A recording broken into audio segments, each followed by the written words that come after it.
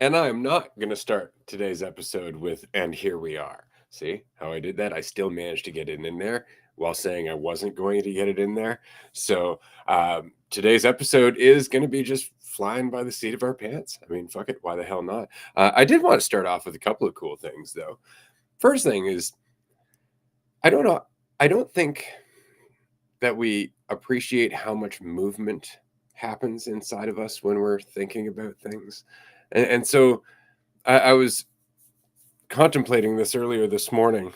If you were to close your eyes and just sit in the void, sit in this emptiness. You're not thinking about anything, you're not going anywhere, you're just sitting within your mind waiting for something, okay?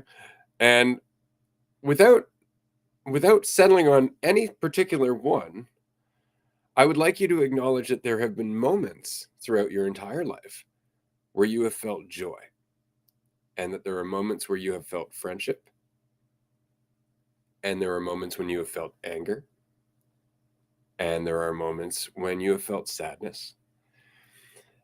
Now, what's interesting is as I'm saying that, you can almost feel your mind pulling in a direction. You can feel it trying to form all of these past recollections, these past thoughts. And I've asked you not to settle on any one, but it's very difficult not to just bring up a memory in one of those themes.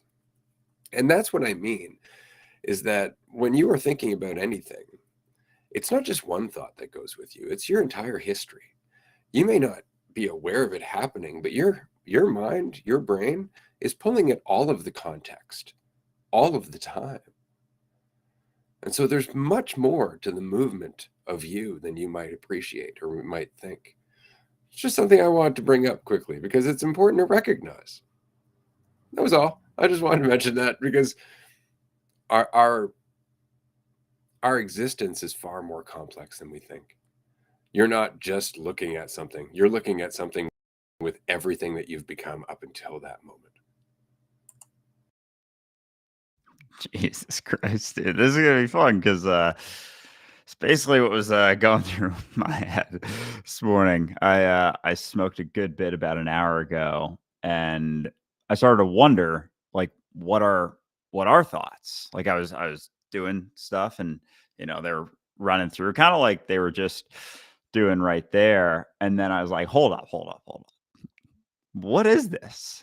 Like, what is it that I'm focused on right now?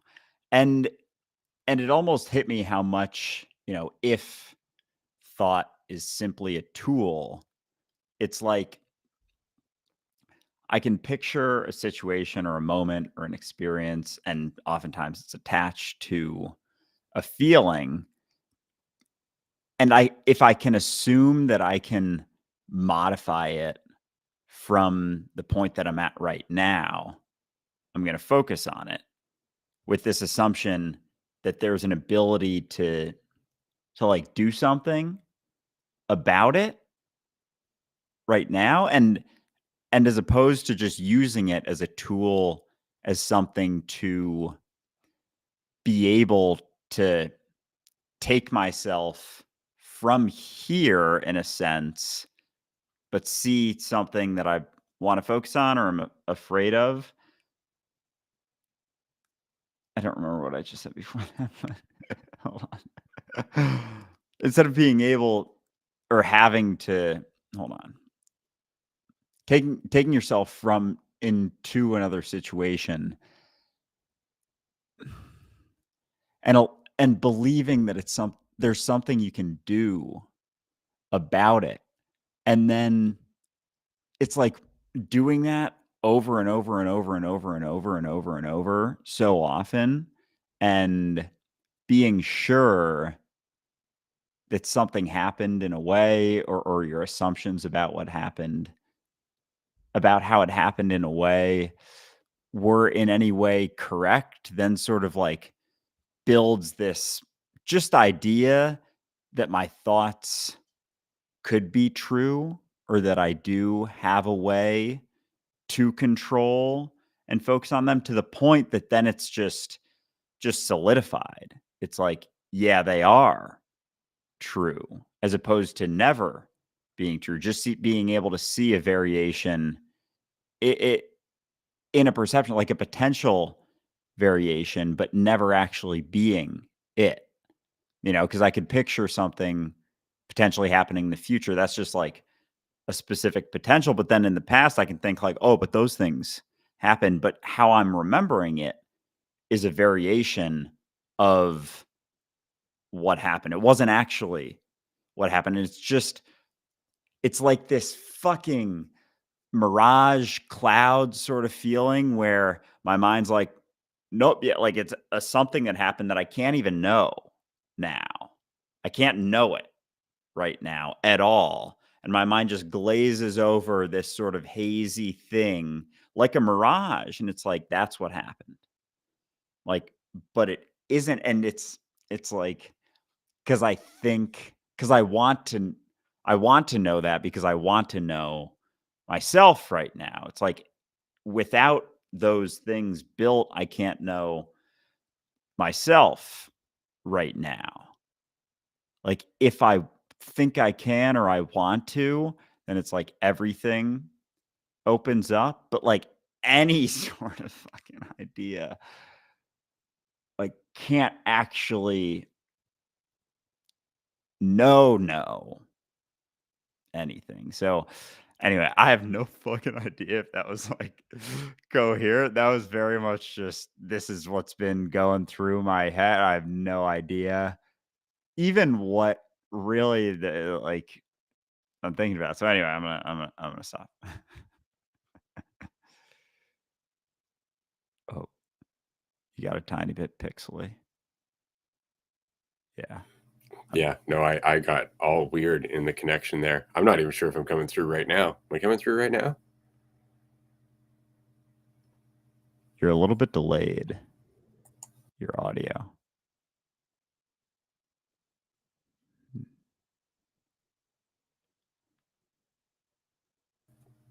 Feel free to keep talking while I work through this. Okay. All right. Okay. Yeah. Just let me know because I might have my eyes closed or something if I keep We talking. might be So okay now. We might be okay now. Are we good? Hey, we're back. yeah, All there right. might be. Yeah. Good. Yeah. All right. Yeah. It's funny because the our mind, our experience in existence is very much like being in a dark room with a very tiny flashlight.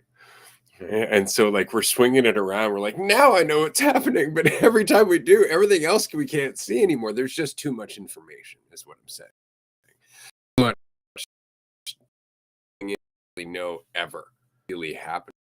But that doesn't get carried away with the idea that we can know, right? Because the alternative is that, yeah, you don't know. You just don't know, and you can't know ever, right? So every time you look at the past, it's a guess. Every time you look at the future, that's a guess. Every time you look at the present, and what I mean is that every time you try to analyze the present, so you're like, well, I think it's doing this. It's a guess. All you've got is this moment now. It's all you've got, and anything you think about this moment is also a guess because it's never the whole thing. It can't be because anything you think is a concept. So it would be like sitting on one side of an elephant, right? You've seen this picture where there's a bunch of blind people and they're around an elephant, and each one has their hand on it, and they have their hand like one has their hand on the trunk, one has their hand on its ass, one has their hand on its foot, and they're all like, oh, I think it's this, and oh, I think it's this, and oh, I think it's this, but because they can't see the whole goddamn thing, right? They couldn't possibly recognize that it's an elephant. And so the same is true with our life is that we come into the world and we're just inundated with shit tons of information all the time. Like we're just absorbing it, absorbing it, absorbing it, absorbing it. But we're never, at a point where we're like, now I know everything. And we can't be as much as we'd like to get there. We can't. And that's the thing that scares us, that we're never going to know everything. And that everything that we're doing is a best guess. Which is why historically, when we make a best guess, we double down on that shit. We're like, no, it's this. Absolutely this. Stop questioning it. For a while it was Jesus. Now it's the Big Bang.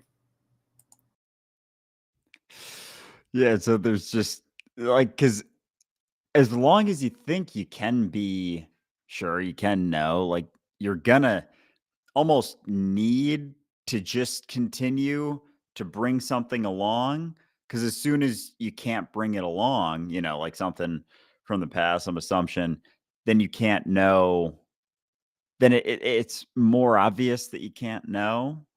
So there's like a in belief, if there is any assumption that your thoughts could be the truth, there's like a massive incentive to double down, as you said, on past things that we thought were true. And that's why it's so tough, even, for like Galileo recognizing the Earth isn't, you know, the center of all the planets spinning around. It's like that took a long time for reality to just be like, okay, yeah, all right, fine. Because as long as that, like, tree of knowledge, the ability to know something is invested in, any point where we thought we knew something was going to be carried over. So that makes me wonder with like Jesus's story and everything, like him recognizing, like, in a sense, knowing something, or recognizing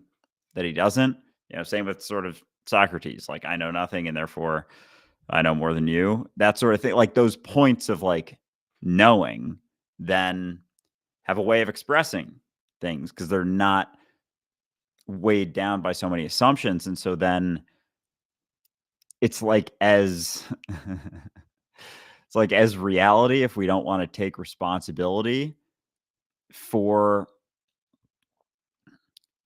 that, like to not look around, take responsibility for ourselves, truly be ourselves, which are only, which is only possible when you're not trying to be anything. You're just not necessarily trying to know anything, and yet you always are. So it's like kind of just how much you think you're not. So when for someone like Jesus who said, or any variation of someone who even thinks they know anything. Oh fuck, it's not even like, you know, Jesus or Buddha or that type of thing. It's any point that anyone can be super convincing that they know something that people then want to follow or look to, in a sense. And like, even, oh man, even like a kid or a grown adult who is just blindly confident with no bearing of actual ability, like even for fucking shysters and people who are just complete con man, full of shit. That confidence, it's like people will follow that because there's this assumption like, oh, they know something, and I want to know something. Like the desire to know is like makes that person a light that then, bugs fly to. And any person who's able to like display, I don't know if it's confidence or just blind feeling like they know something. Basically, I feel like I've said that like 5 times at this point, but that, like, a person who's doesn't they don't need evidence because there can't be evidence of knowing something. So it's just, and how surface level do we get? And is that like, being more shallow versus deeper, is like how little evidence do we need to believe something? And that kind of goes hand in hand with our thoughts too. And the more lost in that, the more assumptions we make, but it goes for ourselves and people. It's so funny because you basically just described, the reason for Elon Musk and Donald Trump and Feel Good Life and Bashar and all of them. And that's exactly what it is. It's just the fact that when you're uncertain and that terrifies you, you assume naturally that the answer is certainty, right? Despite the fact that certainty is so easily shaken. Certainty is so easily threatened. Certainty is something that you constantly have to maintain. Certainty is something that is very closed-minded, right? There's so much about certainty. Certainty is judgmental, you know. Certainty lacks empathy. There's a lot about certainty that we just don't think about.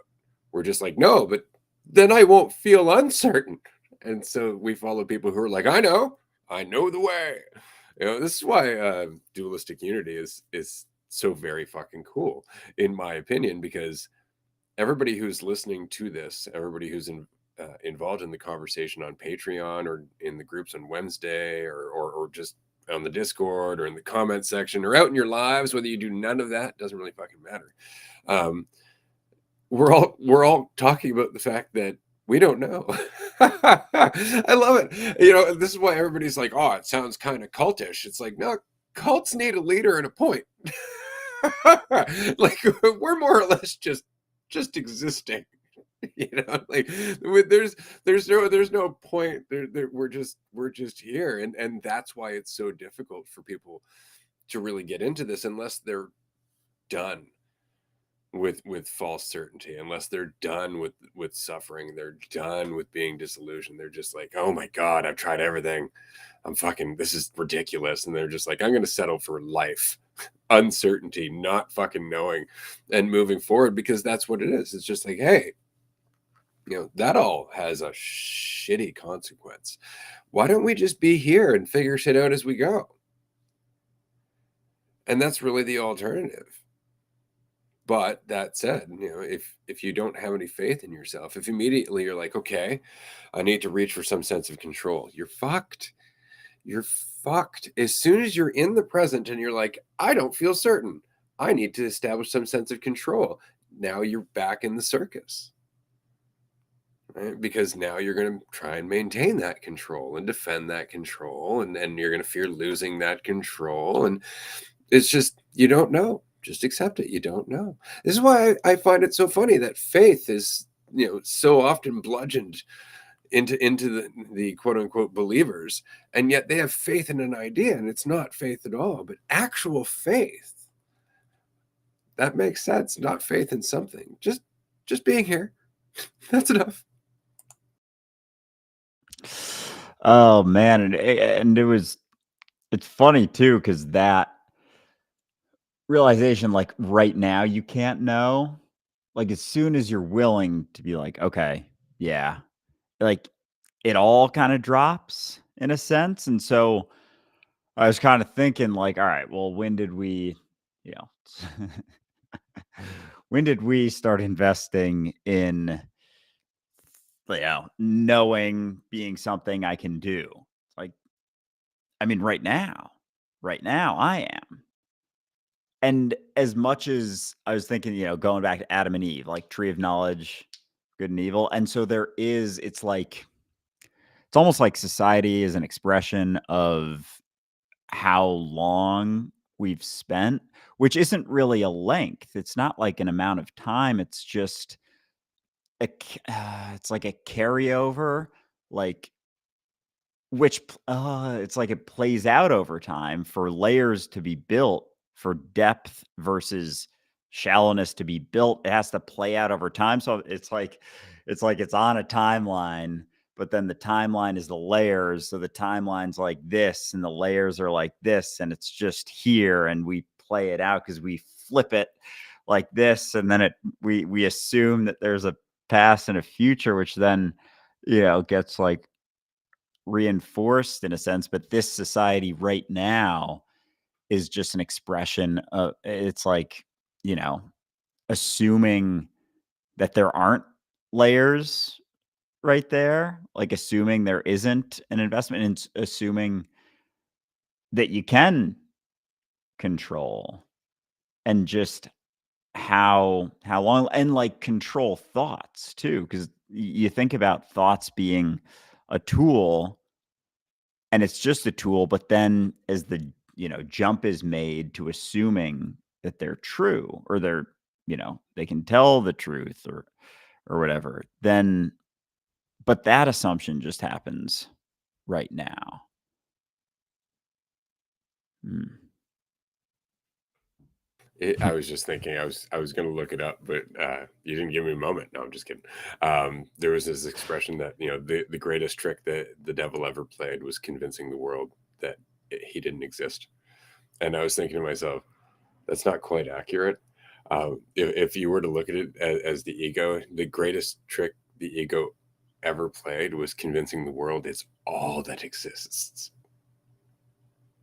And that's it. Like, we don't even know that there's a quote unquote God or reality or freedom or authenticity or being ourselves to look to. We just think it's all within the realm of thought, that it's all within the realm of control, it's all within the realm of ideas.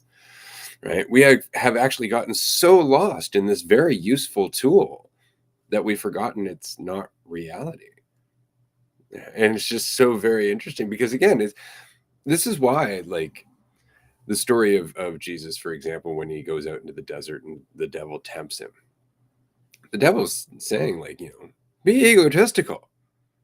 You'll have the world. I'll give you everything. Just be egotistical. Like, that's all it's asking. And it's like, well, yeah, we'll turn that stone into bread. If you're God, turn that stone into bread. And Jesus is like, you don't live on bread alone. I don't need that. Why would I need that? Oh, if you're God, go jump off the cliff. I have no reason to tempt my God. I have no, like, and that was what it was. It was just doubt after doubt after doubt after doubt. Just like, be egotistical, establish control. And so that's why I love that story. It's because you're just like, that's exactly what it would be like. You'd be out there just facing yourself, facing your fears, facing your fear that you wouldn't survive, facing your fear that you're not going to live, facing, not just your fears about survival, but facing all of your mental stuff. Because he went out there knowing that he was egotistical, that he had shit to deal with. He didn't want to go back and start, talking to people without going through this cleansing process. And we are all doing that to some degree. You don't have to go and live for 40 days in the desert. I'm not even saying that he did because, you know, but if you look at it for what it is, it's just a long, hard fucking time by yourself. It's what it is. And in that long, hard fucking time by yourself, you are faced with the urge to establish control, to reach for control, to reach for ego, to reach for identity. To reach for some sense of who you are conceptually to make yourself feel better, as opposed to just continue on through the desert. And that's always the choice. So, like, it spans out in our life, but also just moment to moment. It's like there's almost. It's not to say there's like two types of situations, but there's like an expression of right now. If I want to establish control, I think something like habitual almost. A lot of times it's like something that's confirms me in a sense. Like, the thought, like, what would you be without your fear? It's like those things we maintain, those things about ourself that we continue to go back to. And then, and, but it's just like concern about it. It's not even because, like, you know, Jesus was saying, like, why would I have to prove anything? Oh, you're God. Why aren't you perfect? It's like, who's to say that I'm not? In the sense of a lack of ability to measure, like your I don't a percentage on, create a character, if you're at 99 on all of them or 100 on all of them versus recognizing that whatever those numbers are, like the whole measurement thing kind of disappears, like, because there isn't a way to establish that control. And so the thought, it's like, doing something, turn that stone into bread, for example, like that's something to to prove, to show some, like, to prove it to someone else, to do it for someone else, which is giving into the assumption that there is someone else and that you are not, or need to prove to yourself almost that you are separate or what you think. And our it's like our ability to do that and kind of and not do the tongue-in-cheek thing, like, then expands from there, like, imagining if it's just, a person, for example, just one person splits into 2.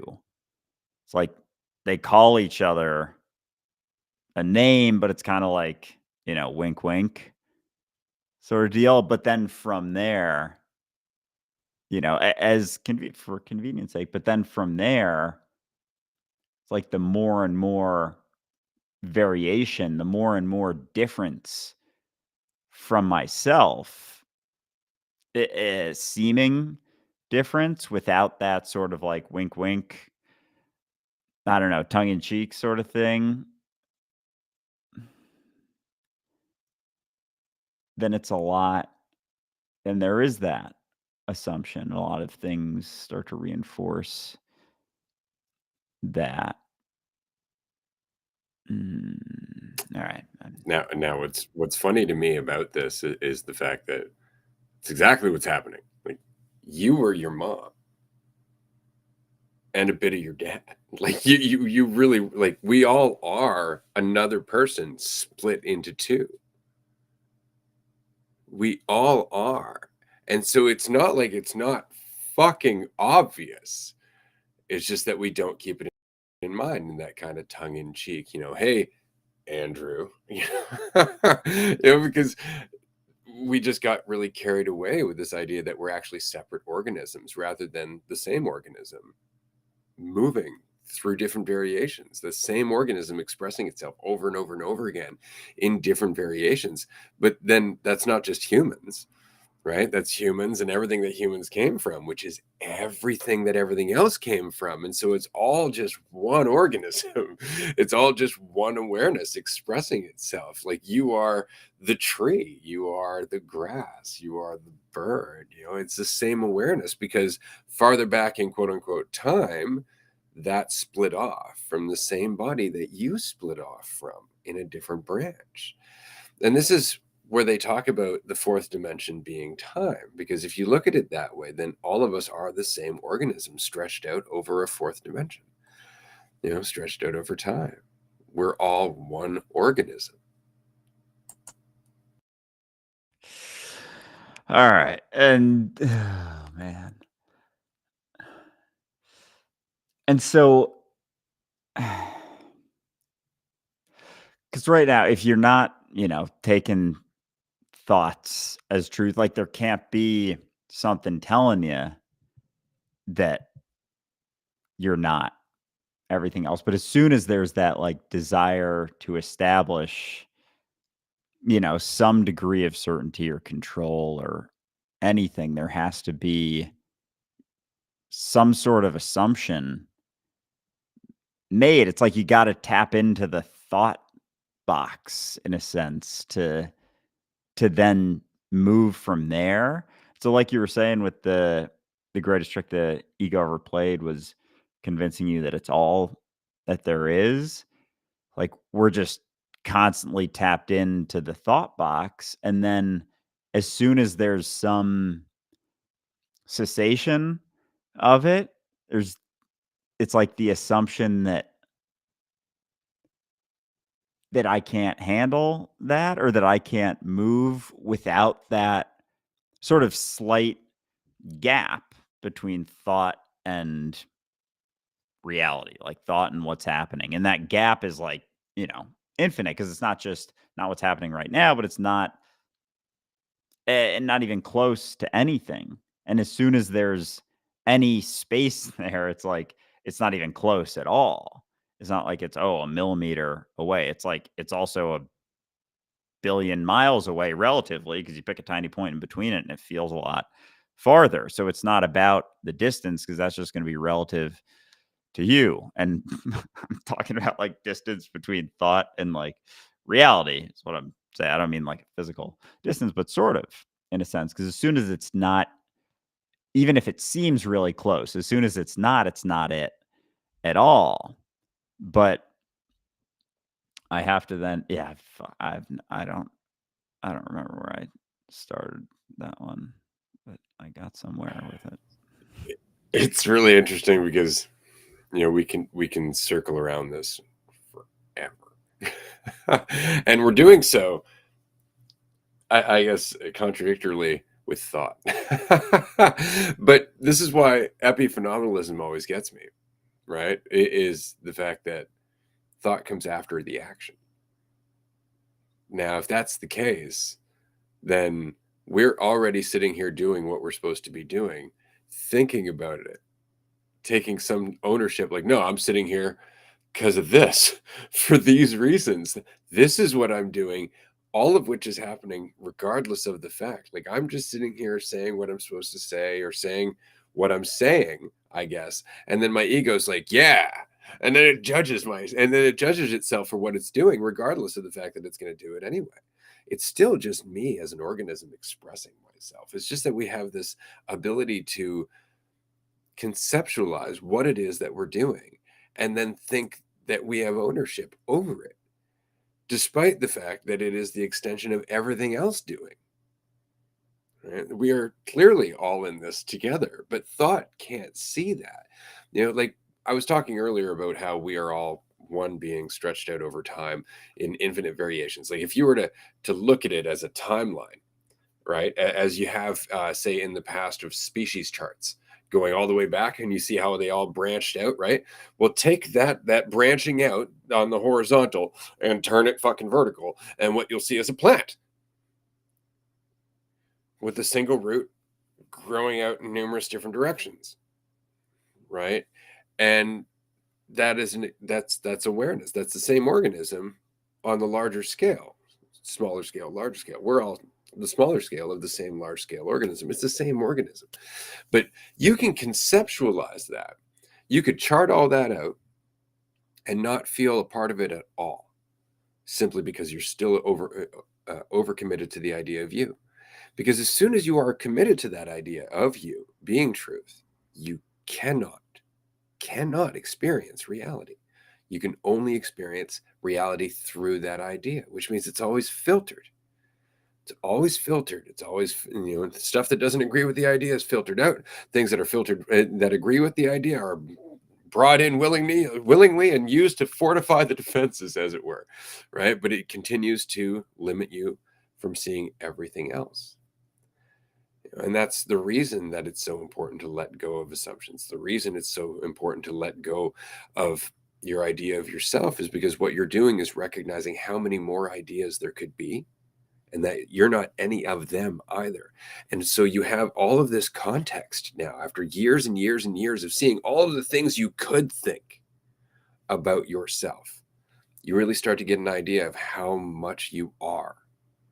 That it's not about what you think about yourself, but yet you are starting to gain an appreciation for how much you can think, how much thought is already happening, how many perceptions you have access to. And that really makes you question your existence, all of your ideas of the limitations that you have, all of your ideas of how intelligent or dumb you might be, because it comes through just getting out of the way and appreciating how much is really going on, that you start to have a little bit more faith in yourself. Not because you have an idea of yourself, but because you have a feeling that the ideas can't come close. Oh man, you're taking me through a whirlwind of just past perceptions in a way, just seeing like a lot. And I've been kind of seeing a lot of those just like forgotten perceptions. And it's almost like uh it's like I was picturing like a guy standing on top is like the idea, and then all these sort of like a Tetris feel, but the other way around of like things happening.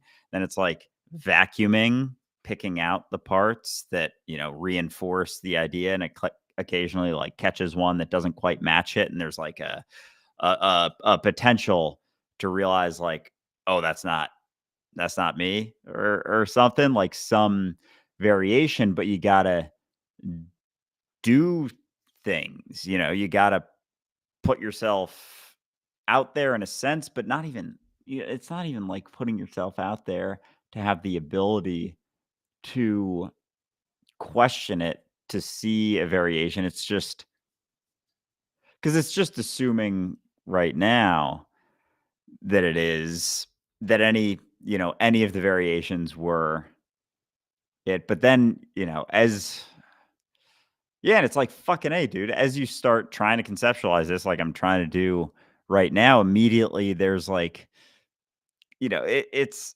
not fucking it, dude. And then you can drop that so quick, and then it starts to feel more childlike, because like as children, you listen to kids talk, and it's like there's no stream of like interconnected, continuous thing going on, like a conversation. Like you don't see two, you know, 3-year-olds who just learned to talk, like sitting at a table and like conversing intellectually back and forth. And there's a cool ability to do that as we grow up, but we kind of it's like we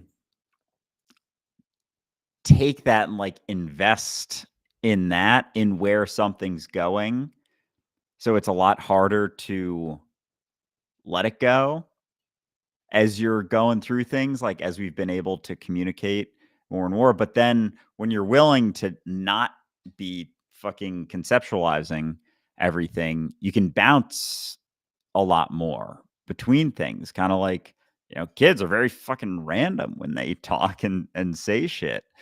And oh man, because the more you, it's not to say like the more you talk in a specific direction, the more invested you are in that, or in yourself being on that. But I think the repetition of said things, has like a subtle reinforcing of yourself. Like the repetition of the ways that you do things, the actions that you take, the things that you say, the thoughts about yourself are then carried through, as opposed to the randomness as a kid. And that's sort of because there were still, I don't know, like I don't even remember thinking really as a kid, but there was still the randomness. It was still there, just maybe not, there was no attachment to it like it is now. It's still there. See, that's the thing. The randomness is still there. It's funny because when we're kids, you can live in the same house for your whole childhood, yeah, and your childhood still feels like it was just a whirlwind of change. So what's the difference now? Well, the difference now is that you're not learning something new every day. Your world's not expanding, and so nothing feels like it's changing because it feels like the same fucking world every day. Because you keep thinking about it as the world it was yesterday. But if you were to learn something new tonight about the world, then the world you wake up to tomorrow is a new world, which means that you're a new person within it.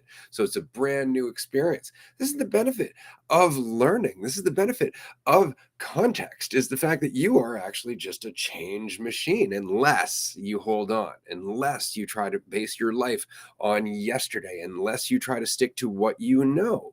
In which case, change just seems to grind to a halt. It becomes this repetitive cycle, which it can't be, but it's perceived to be, because one is just blocking out anything that doesn't make one comfortable. And so it really is just about continuing to learn, continuing to embrace uncertainty, continuing to go, I don't know if the moon is hollow or not. That's interesting. I don't know if there are subterranean tunnels underneath the plates. I don't know if there, in fact, is an offshoot of humanity that found their way into the hollow earth. I don't know if humans were at one point, you know, genetically modified by an alien race to be better servants because we weren't smart enough and we kept humping all night. I don't know if Jesus was, in fact, royalty and the story was changed over time. We don't know any of these things. You see, we don't know. But learning about all of that shit, really fucking cool, because you really start to get an appreciation for how much there could be. You really start to get an appreciation for the fact that not knowing is so much more fulfilling than pretending that you know. Holy shit. Whew, because then your existence gets very hollow. And it is funny, we think of like being a kid, and you think about, okay, so like if being a kid is like learning period and then being adult is knowing period, like you almost get a feel for that as it's like the rapidity, as in rapidness of that learning slows throughout your childhood, right? And we see that expressed through the different variations in school. It's like we're getting closer and closer to not knowing anything, but assuming that we can know something as the rapidness of the things change. And you see it even in school, in our current school system, as gnarly as it is. When you're, in preschool, there's basically no structure to your day whatsoever. There isn't the segmenting. Like, as I'm talking about it, I'm like, what did I think it was preschool is just daycare, basically. I think it's like so close to that it's free daycare, I guess, for if you're at a public school. And then, kindergarten, it's things start getting more structured, and then more and more, and then, elementary school, you have one teacher, so there's a variation in throughout the day. But then by middle school, you have different classes, so there's more and more rigidity. And you see, like, one class in a day being like this. If you're not watching the video, I have my hands further apart. And then middle school, it's like, out 45-minute to an hour block periods. And so the potential for variation gets smaller and smaller and smaller until, fuck yeah, like, and then as adults, you have a calendar, a work schedule, and it's like there's even less space potential for variation in that sort of class period. And so, throughout all of that, that was not the initial thing I was thinking about, but throughout all of that, you're seemingly become, you get smarter. And so we equate that to thinking we can know more until, in college, you pick more specific classes. In high school, you get a little bit more say. And then in college, some colleges, you just pick all the classes. And then it's like gets more and more and more focused and more sort of solidified that this is what I am. What do you want to be when you grow up? It's like you can't even come close to knowing that when you're 5 versus when you're 17, you're a lot closer. It's like there's more pressure to know. And like even in conversations, if you were to tell someone, in college, just from, yeah, I don't know, not everyone, but if you were to tell someone, like, I don't know what I'm doing after I graduate, there's almost like a what? What? You don't know? It's like, you should know that by now. And there's almost like, what? Lady, why do you care? Like, we just met 5 seconds ago in the grocery store. Like, why are you so invested in that? But there's this sort of collective reinforcement of knowing. And there's like it's like people almost get triggered when you say you don't know, because it's triggering them and their certainty. And to your point with the continuous learning, like, that was the initial thought I had, was just about learning. And that you don't oh yeah, as you get into high school, college, you don't learn as much of a variation of things, but you learn more depth about specific things, reinforcing that. And so as you start to expand and, like you said, learn a new thing every day, people say that, but like legit learning a new thing every day, I guess you always are, but like you're kind of not also. You can kind of create a life where you don't learn many new things. And if the things you do learn are like with a very, very intent focus, like, if you're in digital advertising for a job, like learning about digital advertising is like, it's some variation. It's a new world, but it's also kind of reinforcing the existing of it, as opposed to learning a bunch of variations of things.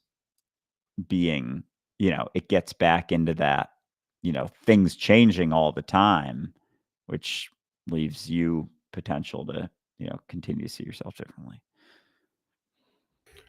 See, I like what you said there about, there's always lessons there every day, and that's true.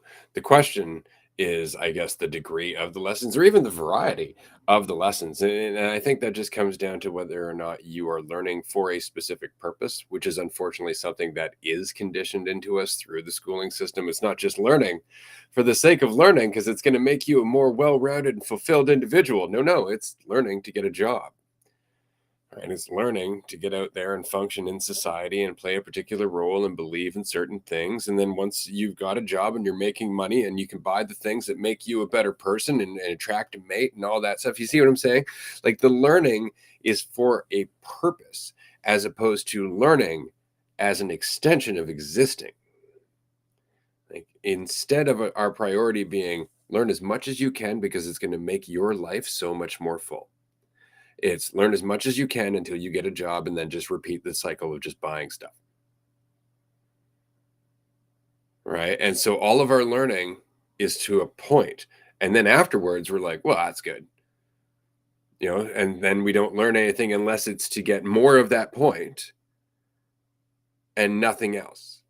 Because there's no love of learning. We think that learning is always to get us somewhere as opposed to learning to become more of what we are. Learning to experience more of what we are, learning to, in fact, get more context, learning to become a more full individual, learning to expand our existence. You see, there's learning, and then there's learning, which is arduous and boring, but learning is enthusiastic. Learning is just like fucking fireworks. You're just like, what's that? There's something I don't fucking know. I want to know. And why do you want to know? No reason. Because I don't know, because I got a few minutes. Explain that shit to me.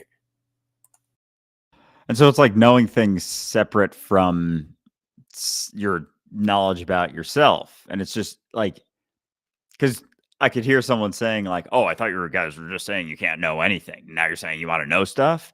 And it's because the things, that sort of thing, like learning something to know it, is it, it's like a different sort of thing. It's just learning something for the sake. And then because as soon as it means something about you, there's like, no, I know this, and it almost solidifies it because you want it, because it makes you more for knowing it. But otherwise, it's just, learning something and then finding out about it based on, evidence or whatever, or learning how to do something. It's like, oh, I know how to play piano versus I can play the piano. Like, because knowing how to, I could learn how to without ever having playing. I'm like, well, I know how to play the piano. You hit the keys, and then you hit this key and hit this key and hit this key and hit this key in this way, G or F sharp or whatever. And I can know that, but I can't do it. And so knowledge in that sense is like learning things in that way to be able to do it, like how to do something.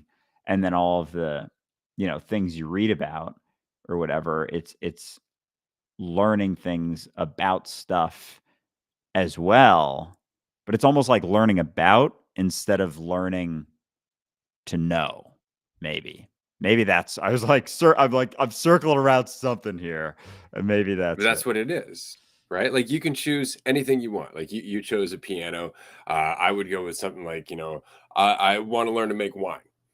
Okay. So you can learn how to make wine. Another thing to learn which grapes make which kind of wine, right? So now you've learned how to make wine. Now you've learned about grapes. Now maybe you're learning how to grow grapes. Now you've learned how to grow grapes. Now you got to learn where the soil comes from. You got to learn what soil helps make the best grapes, and that means you got to learn what microbes live in the soil, and of course, to learn about the microbes, you got to learn about the environment, and that teaches you about the rest of the things that are growing. You see what I'm saying? Is that there's nothing that you can know that doesn't lead to more shit you don't know, and it's because you never actually know. You've just got kind of a best guess. A best guess. That's all it is. And that's the best that you can do ever, like playing piano. It's like, oh, I know how to play piano. Yeah. Can you play piano if you don't have one?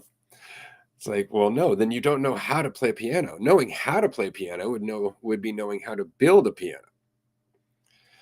right? That's really knowing how to play piano. It's like, hey, do you play piano? I do. And I could build it from scratch and I know how it works. And that's how you play a piano, as opposed to just like, yeah, I know how to play piano. It's like knowing how it functions, knowing how to make the music is different than knowing the piano, right? And so there's always more. And then it's not just the piano, it's the acoustics, right? Like there's so much that goes into anything and you can just keep going. And that's why I say it's always learning with the understanding there's more to know. There will always be more to know.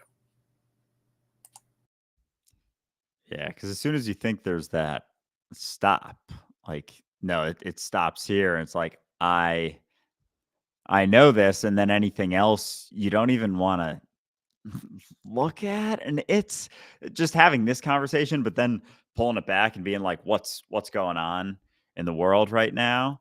Like people are settling on just random ass bullshit in their head that they're not even close. There's not even a need for any evidence anymore for us to stop. Like whatsoever. We can have no, it's just like, well, it's a belief. I believe.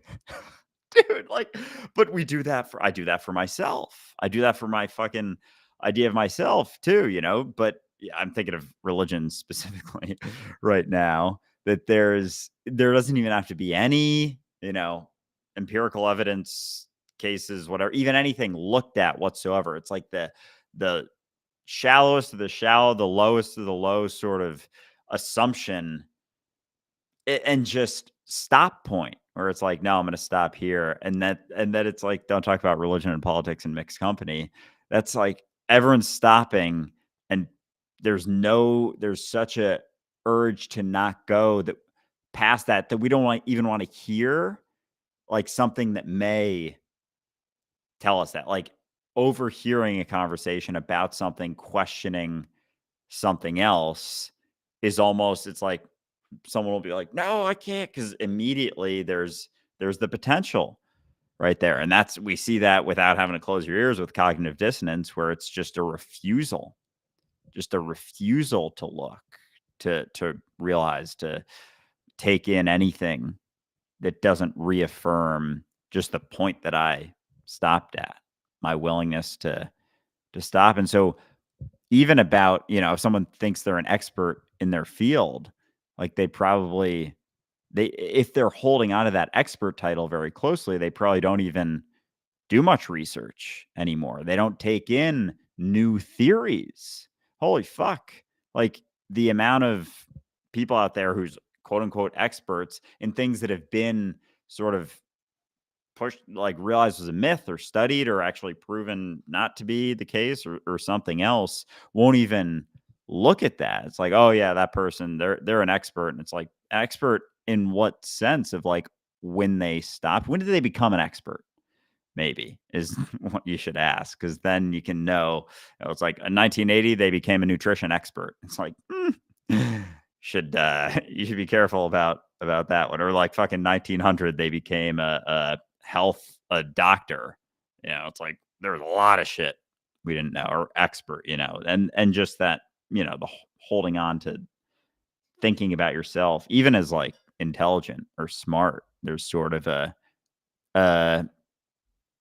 a lack of desire to learn that much more. Yes. Yeah. Well, and this is why, like, I will talk about the consequence of quote unquote channeling, right?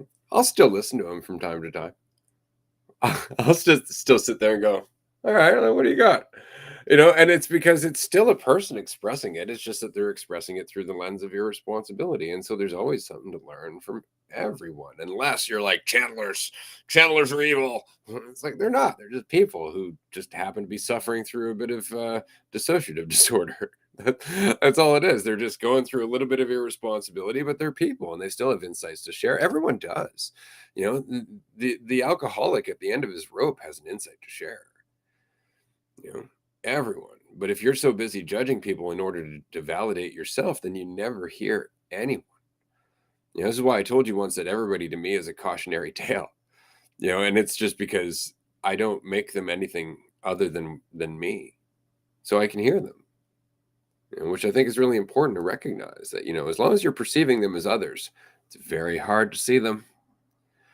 They're just your assumptions. When they're you, which means that you recognize that they're just as uncertain, they're just as limitless in their potential as you are, then you can't actually have an idea about them at any given point. You have to settle for who they are right now. And that's a work of sensitivity, of paying attention.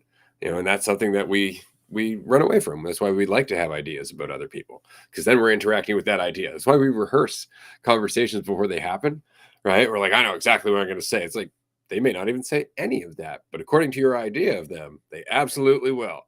And then you get there and they say something else. You're like, fuck. And you never realize, like, oh, I did that to myself. No. Which was going to actually a point I was going to make earlier. You were saying, I guess there is a mentality where you're not learning from other people. Yeah. When you're a victim, when it's everyone else's fault. Absolutely. That is when you're not learning shit. Is every time you go through something that's challenging, every time you go through something that you don't like, it's somebody else's fault instead of an opportunity for you to realize why you don't like it and what you can learn from it. It's really it, because you just run from the responsibility that would turn it into a lesson. Before we go any further, 2 quick announcements. We still have a few tickets left for Virginia Beach. This is going to be a great event. If you can make it, we'd love to see you. We're not going to be on the East Coast for another while. The next event is in California, and then we're looking at Colorado, and then we're out on Vancouver Island. And so there's nothing on the east side of the States for a while. So if you can come to Virginia Beach, there are a few tickets. It's going to be a great time. I'm personally very excited to be right on the beach. This house is amazing. It looks dope. I'm so excited to be cooking with all of you, hanging out, rolling joints, chilling out, going for walks, playing pool. I love playing pool. Karaoke, of course. It's going to be fucking dope. So if you can join us in Virginia Beach, we would love to see you. Tickets are available on the website. Do remember, Patreon supporters get a discount. Tier 1 gets a $50 discount. Tier 2 gets a $150 discount. And our face just totally shut down on me. And our Tier 3 supporters get a $350 discount, which is fucking amazing considering we have numerous retreats per year. And so you get way more in discounts than you're paying for as a Tier 3 supporter. And of course, we really appreciate your support. We also appreciate the chance to chat with you in our exclusive Tier 3 groups every Sunday. They're 2 hours. What I love about the Tier 3 groups is that they're very small. They're smaller groups, obviously. They're also totally private. Unlike the other groups that we run on Patreon, where we post the videos after the fact, the Tier 3 groups don't get posted after the fact. So if you're looking for a way to chat with a group about something that you don't necessarily want people to be able to watch later on, Tier 3 is absolutely the place for you to be. Otherwise, join us on Wednesday for our groups there. I'm going to pass it over to Andrew, and then I have one more announcement. Yes, the groups are a fucking fantastic time. A lot of fun. And just great thoughts, conversations. And then it's funny in those groups just how often a lot of people resonate on anything that's being said or shared, or even if you feel like you have nothing to say or add or share, just, talking about that for a bit. Like people, yeah. So they're a lot of fun and always a great time. Excited for the ones we got coming up in 30 minutes or so. And yeah, the retreat in Virginia Beach. Very, very excited for that. I'm pumped for the big chess stuff. Actually, that reminds me, I wanted to start getting some online chess in or something. Just I've probably played like 10 chess matches in my life. And yeah, so like I know when I jog my memory, where each piece goes, and that's about it. And I know to be good, don't know, but what I've heard is that you got to kind of be at least a few moves ahead in potential and kind of like keeping that in mind. I've been very present in chess, which is maybe the one time to not be. And yet at the same time, how much could I don't know. How much is it taken in those considerations versus like, is there more intuitive way to play chess? I've never heard of anyone talking about that where it is just more move to move and there aren't all the thought, like in Queen's Gambit, for anyone who watched that, when she would like see everything play out. Like, is that, I don't know, distraction from like really getting it? Anyway, I'll pass back. That's actually part of the process. It's so funny because when people are like, "You gotta think a few moves ahead," that's not what it sounds like. And so it depends if you're the kind of person who wants a set strategy, in which case you're gonna find chess super frustrating. Or if you're the kind of person who likes a fluid strategy according to, the moves of your opponent, in which case that's way more fun, in my opinion. The other thing that's really important to know is that chess, like everything else, isn't about winning. If you're playing with somebody and they're about winning in chess, those are dicks. Just don't play with those people. Chess is like everything else. It's an expression of learning. It's an opportunity to learn. You see, the whole point is that when you put a piece forward, you're putting a piece forward into uncertainty. And so your job is to look at all of the uncertainties. What could possibly get that piece? How many of these pieces could get it? And if any of those pieces get it, which ones of my pieces back that piece up in case those pieces get it? And you're doing that for each and every piece all the time, right? And so it's far more fluid than it sounds, because as soon as you've analyzed all the pieces and you make your move, the whole fucking board's changed. Now it goes to the next person, right? Now you got to relook at everything. And so it's an act of awareness more than anything else. And from awareness comes strategy. Whereas most people try to play chess with strategy only, right? Thinking that if I have all these moves memorized throughout, the entirety of chess history, that's going to make me the best chess player. Whereas an organic chess player could beat that person just by virtue of being present in the game. Which is why you have people who are natural chess players, right? Kids who just go in, they're just like, "Tut, tut, tut, tut, tut, tut, tut." They haven't read all the books, they haven't memorized all the moves. They just play the game. And so it's an act of awareness, one that will be cut off if you're trying to win, which is really important and always helpful to remember. Before we wrap up today, I want to make an announcement, because we were talking about this on Patreon last week. And I know Andrew just released one on Instagram earlier today. We are going to be releasing a series of short meditations. And I know for anybody who's listened to the podcast, you're like, meditations? What? Not that kind of meditation. It's not the kind of meditation that you need to take seriously, in terms of, if you don't do this, you're going to get all fucked up. Think of it as more like an opportunity to do exactly what you're doing here, just listening to the podcast. Taking a short moment, breathe. You get to hear either me or Andrew talk about something that grounds you in the present for a few short minutes, and then you go on about your day. And that's it. It's not something that you need to be sitting in the lotus position for. You don't need to be on a mountaintop. You don't need to be burning incense or anything like that. If you're at work, hell, if you're just driving and you're stressed and you want to pull over to the side of the road, just take 5 fucking minutes and listen to this. It's something that will help you. And genuinely, it's just meant to be a grounding exercise. It's certainly not meant to be, visualize yourself conquering your foes. Nothing like that. I don't know why I went 90s trailer voice there, but I did. All right. While we're on the subject, I want to read one. Oh, all right. Begin by finding a comfortable and quiet space where you won't be disturbed, if you can. Sit or lie down in a relaxed position. Now close your eyes and start to focus on your breath. Take deep, slow breaths. Inhale through your nose, exhale through your mouth. And with each breath, feel more relaxed. Now pay attention to each of your body parts. Start from the tips of your toes and move upwards. Notice any tension and consciously relax those areas. Relax your toes, relax your feet. Now relax your ankles and your knees, and move up to your hips.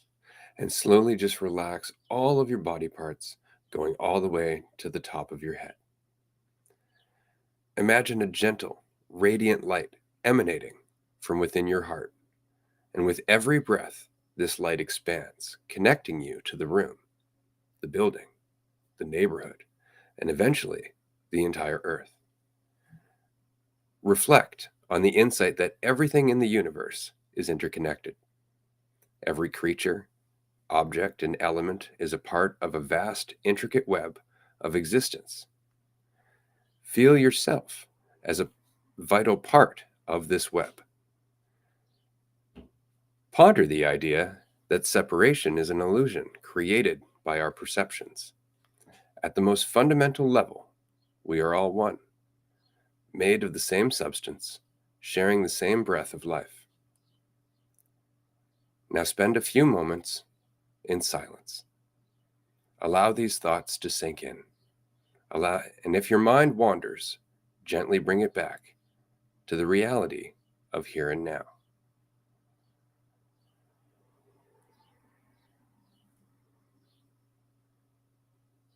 While you sit there, express a feeling of silent appreciation for the profound connection that you share with everything. Feel thankful for the awareness of this connection.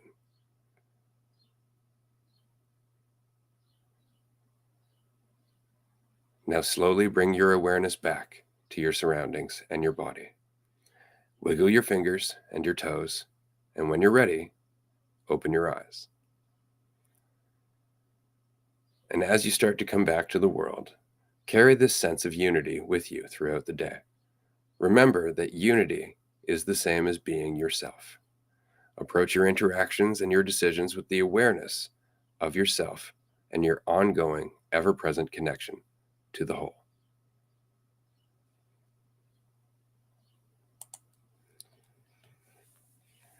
So that is a sample of some of the meditations that we're going to be doing in the near future, ongoingly, because they're a lot of fun. And as you can tell, they have our own particular flair in terms of grounding you here and now. We really want you to remember that this moment, who you are, is the most powerful thing that you can rely on.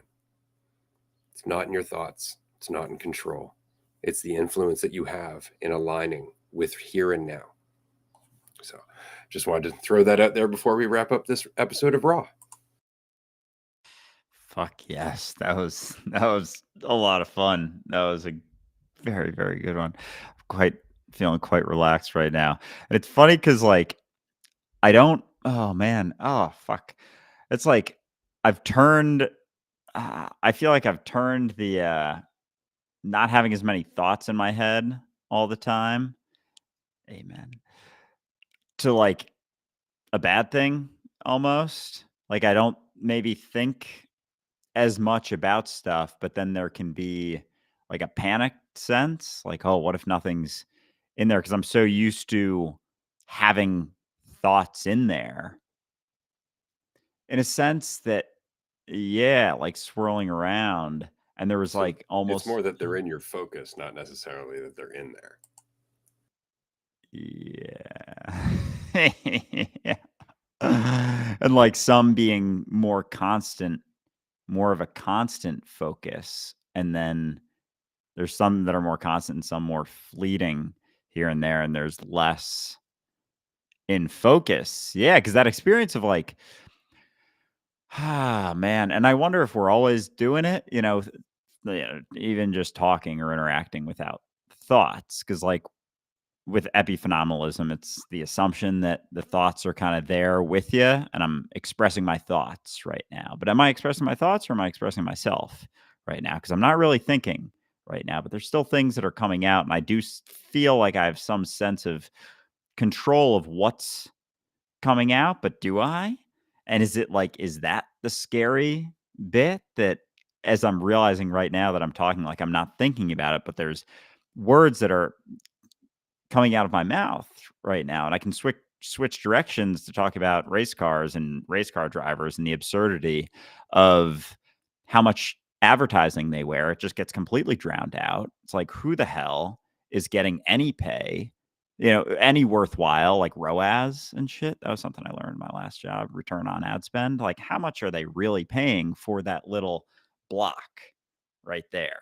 And then you can switch that block right there to a name tag, and remembering that in The Office there was the show that Jim Halpert once wore. I think it was Dwight's name tag, yeah, and dressed up as Dwight, and then he was pretending to be him and like got really fucking annoyed. And so and like I didn't feel like I was thinking at all, but there's the jumping and it's just and that just right there was very strange for me. Like I feel like I kind of like let myself let myself go in a sense and just whatever it went to. And there was like a randomness that I don't know if I've ever really felt like it didn't seem like I was in control, but then it was more fun. It was like I was on a ride almost. And you can just bounce when you're willing to kind of drop the I don't know, like tension, I guess, of like, hold on, let's direct this stream of thought. But like, why? Because it means something about me. There's a reason, there's a thing that I am, and reinforcing, oh, this is what I talk about. These are things I bring up. This is what I do. This is how I live. And there doesn't have to be that. And then it's like, because just talking to yourself, you can express all these things, and then interacting with someone or something else, it's like how much you want that, to be in control of that. And you kind of like have your controlled way, and you're like, oh no, stay there. But someone could take a conversation in any other direction, do any other thing that you have no idea about. So anyway, yeah, that was kind of fun to just like see where it went almost, which is funny that we're always kind of doing that, but like with some rigidity to it, I guess.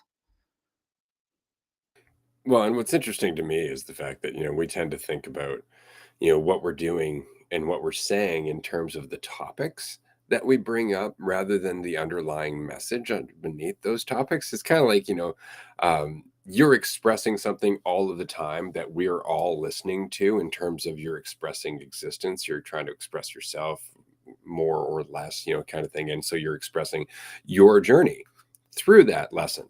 And we're all listening to it on that level, whether we recognize it or not. So when you're talking about, say, The Office, I'm not listening to you about The Office necessarily, although I am on the surface with my ego, because of course I'm like, oh yeah, I'm in control of this conversation too. But beneath that, there's a part of me that's listening to you just express yourself to a greater or lesser extent. And I'm learning from that. I'm being influenced by that. Now, how often are we thinking about that instead of the topics that we're going through? Because the topics are just the skin for the underlying message, which is how we express ourselves. Right. And that's the conversation that's going on underneath the surface of everything. That's the mentality shift that we're talking about collectively. I was having a conversation with somebody yesterday in a one-on-one, and we were talking about, the collective shift. And it's like, well, I don't want to get into the woo, but it's not the woo. It's the fact that we have always been expressing our relationship with ourselves underlying all of our topics, all of our drive for technology and our need for control and all that stuff is being expressed underneath our words. It's being expressed underneath our small talk all the time, and we don't necessarily recognize that, but we can see our society in a desperate need for control that you can hear if you stop focusing on whether or not they're reviewing Breaking Bad and you start listening to whether or not why, or to whether they are determined to focus on TV more than reality, and why.